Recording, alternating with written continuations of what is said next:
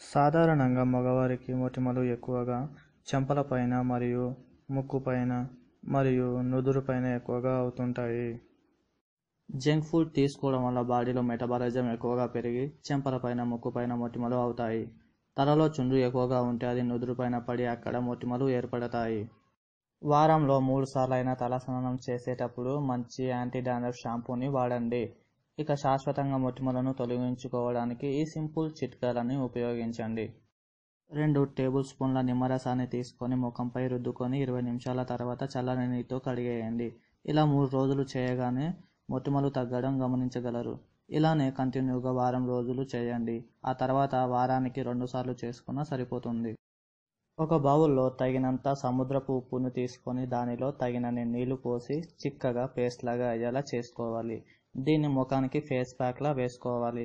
20 నిమిషాలు ఆగిన తర్వాత చల్లని నీటితో కడిగేయండి. ఇలా వారం రోజులు చేస్తే మంచి ఫలితాన్ని పొందుతారు. పైన తెలిపిన 2 రెమెడీలలో ఏది వాడినా కూడా మంచి ఫలితాన్ని పొందుతారు. ఫ్రెండ్స్, ఈ వీడియో కనుక మీకు నచ్చినట్లయితే లైక్ చేయండి. మరిన్ని సింపుల్ చిట్కాలతో కూడిన నా వీడియోస్ని చూడాలనుకుంటే వెంటనే ఈ ఛానల్ని సబ్స్క్రైబ్ చేయండి. మీరు సబ్స్క్రైబ్ చేయడం వల్ల మరిన్ని నా వీడియోస్ని మీరు మీ మెయిల్లో పొందవచ్చు. అలాగే పక్కన ఉన్న గంట సింబల్ని కూడా టచ్ చేయండి నోటిఫికేషన్ కోసం.